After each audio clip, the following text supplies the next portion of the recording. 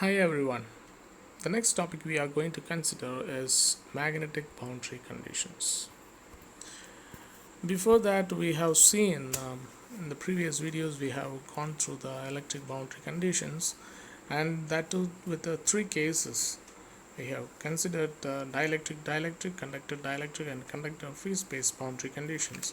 And for magnetic boundary conditions, we are considering one case with where we have two medias and which is separated by a boundary.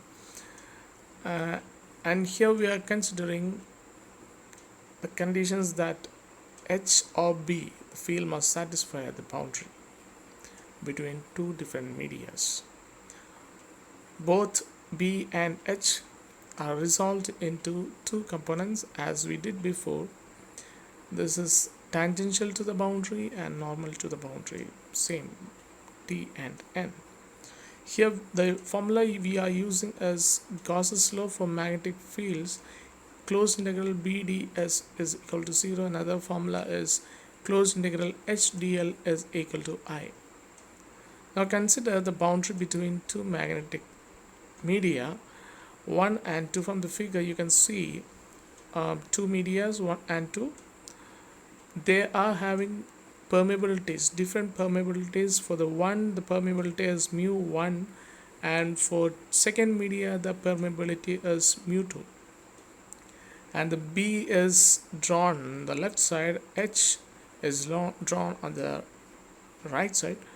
So for the B, it is resolved into BT and BN. In the first media it is B1, and the second media it is B2. So for the first media, tangent component is marked as B1T and the normal is marked as B1N. And B1 and B1N is having an angle theta1.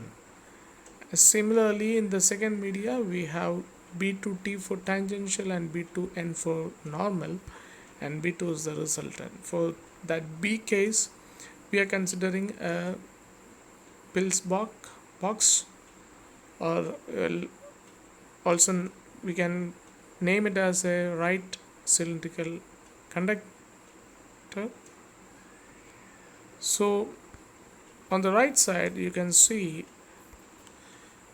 the H components H1T, H1N, and the resultant is H1, H1N, and H1 is having an angle theta2, and in the second media it is H2T, H2N, and the resultant is H2. And for this case we are considering a rectangular path ABCD. Now we are considering, one correction is that it is not cylindrical conductor, it is circular cylinder, right circular cylinder. In case of circular cylinder, the top portion is having a surface area of delta S, it is having a height delta H. For rectangle it is having a height delta H and width delta W. To find the normal component of B, we are considering that pill box. The height of cylinder, it's already mentioned delta H. Now as we discussed in the previous videos for the previous cases, here also for medium 1 the height is taken as delta H by 2, and for medium 2 it is taken as delta H by 2. The total is delta H. The axis of cylinder is normal direction to the surface. So by the Gauss's law we already know that closed integral over S B ds is equal to 0. The surface integral must be evaluated over three surfaces. We have top surface, bottom surface, and lateral surface. So all the three will give you the value 0. So closed integral over S BDS can be written as closed integral top BDS plus closed integral bottom BDS plus closed integral lateral BDS is equal to 0, and that is equation number 1. Now considering the boundary conditions, delta H tends to 0. Now therefore closed integral B dot ds lateral surface is equal to 0. Now the balance we have is top and bottom surfaces. So let the magnitude of normal component of B be B1N and BN1 and BN2 in medium 1 and 2. So integral closed integral top b ds is equal to, can be written as b1n closed integral top ds, and ds can be written as delta s, already mentioned in the figure.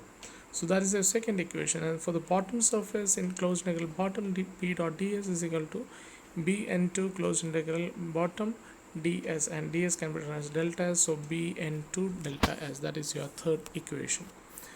As normal component in medium 1 and 2 are opposite, one side of integral is taken negative sign. It depends. So it can be written as closed integral b dot ds is equal to bn1 delta s minus bn2 del s, that is equal to 0. And here I took the negative sign for the second media. So this can be written as bn1 del s is equal to bn2 delta s, and that is equal to bn1 is equal to bn2. So you got the first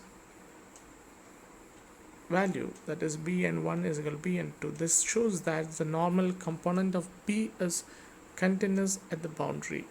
Now what is b? B can be written as b is equal to mu h. So bn1 can be written as mu1 hn1, bn2 can be written as mu2 bhn2. So already mentioned bn1 is equal to bn2, so substituting these values you can write mu1 hn1 is equal to mu2 hn2. Now from this you can write hn1 by hn2 is equal to mu2 divided by mu1. So one thing is clear, that the normal component of h is discontinuous at this boundary. Now considering the case of tangential component, according to Ampere's circuital law, we know closed integral h dot dl is equal to I. Now here for this case we are considering the rectangular path, and so the closed integral h dot dl can be split as integral a to b h dot dl plus integral b to c h dot dl plus integral c to d h dot dl plus integral d to a h dot dl is equal to I, and this is your fourth equation. And for two cases we have split up in the figure. You can see at the boundaries we have marked 1 and 2 points. Points number 1 and 2. 2 is marked between BC and 1 is marked between DA.